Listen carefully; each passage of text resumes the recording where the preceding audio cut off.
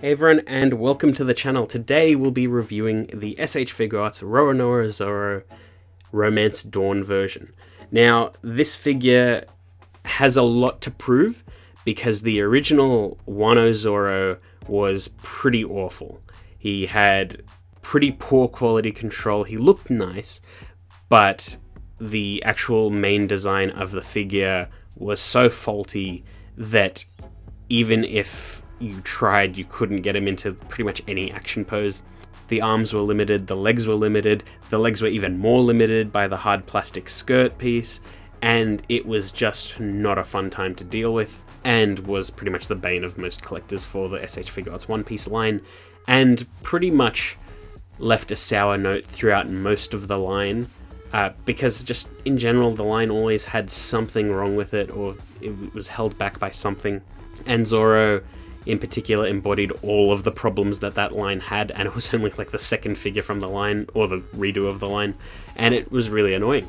But this Zoro is here to prove that all wrong, and I think that it was smart to do the Romance Dawn one.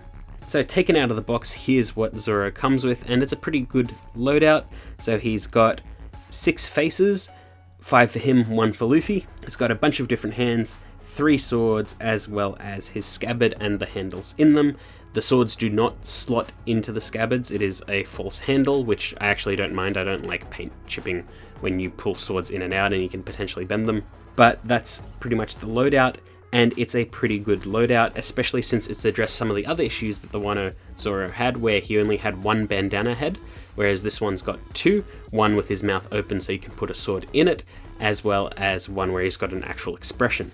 Now, because this is the Romance Dawn Zoro, 2 of his swords are just generic swords, and 1 is the Wado Ichimoji, and it works well, especially since this is a pretty iconic look for Zoro, but I think it would be cool, especially later on, for them to do other versions of Zoro pre-time skip, because his outfit did change quite a bit, and his swords did change pretty regularly as well, and I think that depending on the outfit, you could get a pretty cool figure out of this.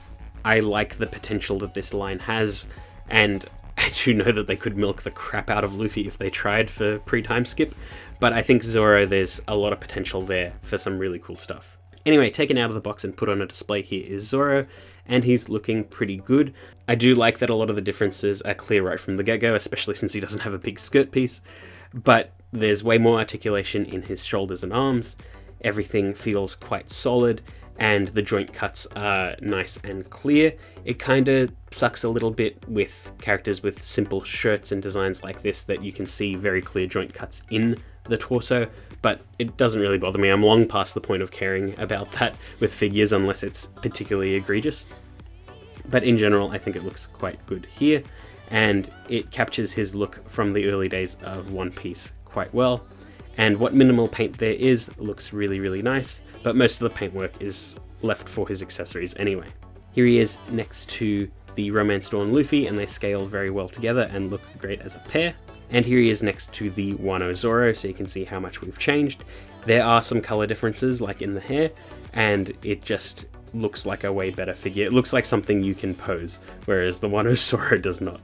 Now, posability. Let's get right into it. So he's got a ball joint at the head and neck, which allows for a really good range of motion. I really like how posable this is. Can look down pretty far and side to side pretty well as well. His arms can move out that far. There's a swivel at the upper arm, bend at the elbow, and hinge at the wrist. The sash can just pop on and off. You don't need to remove the entire arm to make it work, and his arm can butterfly out. It is a little bit over-engineered, but it works just fine. I don't mind it. He also has a ball joint at the upper and lower torso, which allows for some good range of movement as well. The sash is a slight floating piece. The swords just connect on a little peg on his side so they can move up and down. He can do the splits that far. Can kick forward and back that far, which is pretty good. Way more than the Wano Zoro. He's got a swivel at the upper leg, bend at the knees, swivel at the boot, and pivot and bend at the toes. So just not too crazy articulation for an S.H.Figuarts, honestly, but compared to his Wano version, a vast improvement, and compared to a lot of the other One Piece Figuarts line, really good. Pretty much the entire Romance Dawn line so far has been fantastic, and I think it's really good that it's a sign of things improving. Really want to see that Usopp and Sanji, and the Shanks will be coming out soon, so I think we'll see some other really good figures in the line. As for faces, Zoro comes with a standard sort of stern look out of the box. Comes with a big open mouth laughing face. He comes with a comedic angry face. For the bandana, he has his open mouth for the sword, as well as a sort of little sinister smirk. I do think it would have been nice if he had a serious face with the bandana on, but I think this assortment is still fine. And he also comes with a comedic angry face for Luffy, and that pairs very well with the Zoro in comedic and goofy scenes. And with those accessories, you can get Zoro into some really nice poses with minimal effort. If anything, I would have liked to be able to remove the katanas completely from the little holder, but you can slide some of them up and down in it, so you can go do some cool drawing poses. But if you could remove them entirely, you could recreate some of his best moments from those early days, like the Bratier moment when he fought Mihawk. But unfortunately you can't achieve those there, but you can sort of fake a little bit of it. But yeah, with those accessories you can get him into some really good poses. He holds all of the swords no problem.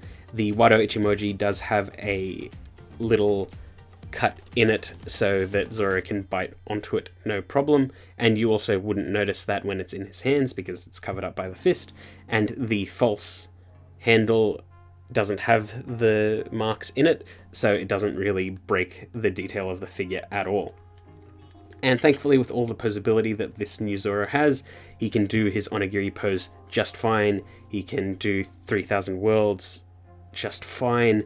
I was really happy with the assortment of poses I was able to get him into with relatively no effort, and everything is nice and easy to do. And I just really enjoyed playing around with this figure, just solid all the way through.